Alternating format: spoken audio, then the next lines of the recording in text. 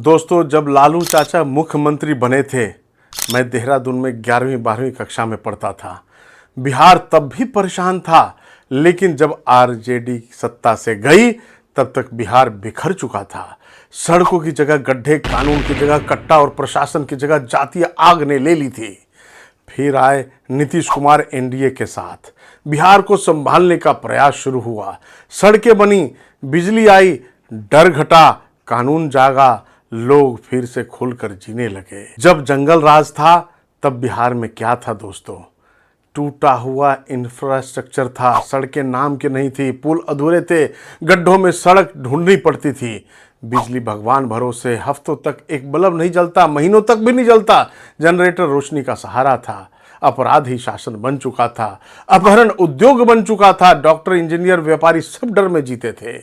जातीय नरसंहार चारों तरफ फैला हुआ था। गोलियां चलती थी, घर जलते थे, लाठी बंदूक राजनीति का चेहरा बन चुकी थी। शिक्षा पूरी तरह चरमराई हुई थी।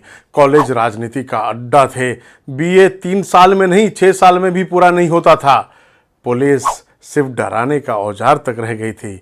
आईएएस तक लाचार थे। एक अफसर की पत्नी का अपहरण और बलात्कार हुआ। सब जानते हैं चंपा विश्वास की घटना को। यह वीडियो देखिए दोस्तों। मुझे नहीं मालूम कि उस महिला की यहाँ पर चर्चा हुई या नहीं हुई, जो एक आईएएस अधिकारी की पत्नी, इसलिए उसका उल्लेख करना चाहता हूं क्योंकि एक शिकायत करने के लिए एक आईएएस परिवार भी हिम्मत नहीं कर सकता है बिहार में, और वो भी दलित।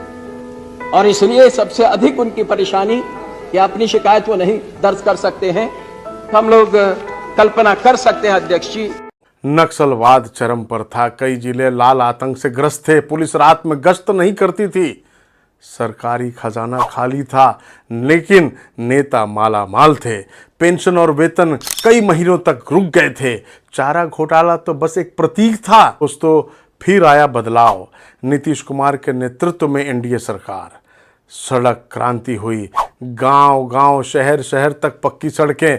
अब सड़कें वर्ल्ड क्लास है। वहां पर हर घर बिजली पहुंची। अब गांव में भी 18 से 22 घंटे बिजली रहती है। ट्रांसफार्मर और वायरिंग व्यवस्थित है। अपराध पर नियंत्रण लग चुका है। अपहरण उद्योग ध्वस्त हो चुका है। व्यापारी अब निडर होकर काम करते हैं। जातीय सद्भावना बनी हुई है। अब गोली नहीं, शिक्षा और विकास की बात होती है। शिक्षा में अद्भुत सुधार हुआ है। जैसे मिड डे मील, ड्रेस, किताब, साइकिल, कॉलेज में समय से परीक्षा होना, आदि आदि। स्वास्थ्य सेवाएं सुदृढ़ हो गई हैं। दवा, डॉक्टर, इलाज सब उपलब्ध है। पीएचसी, प्राइमरी हेल्थ केयर और सीएचसी सक्रिय हो चुका है। नक्सल प्रभावित जिलों में अब विकास की बयार बह रही है। अब पुलिस कैंप की जगह पंचायत भवन, लोकतंत्र का विस्तार हो चुका है।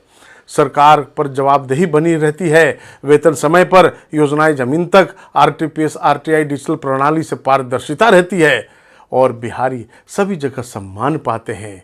मित्रों, बिहार अब अंधेरे से उजाले की ओर बढ़ चुका है। जिसने सुधार की शुरुआत की, उसे ही मंजिल तक पहुंचाने दीजिए। एनडीए सरकार ने वो कर दिखाया है जो कभी सिर्फ सपना था। अब बिहार को फिर उसी पुराने डर और अराजकता में नहीं लौटना है। आइए इस विकास की गाड़ी को न रुकने दे। इस बार फिर एनडीए को वोट दीजिए, ताकि सुशासन की रोशनी हर जगह, गांव, हर जगह तक पहुंचे। अंतिम बात में कहते हुए दोस्तों बोलूँगा, बिहार बोलेगा फिर से, विकास के साथ, सुशासन के साथ और अपने सम्मान के साथ। बोलो बिहार किसके साथ। नमस्कार दोस्तों।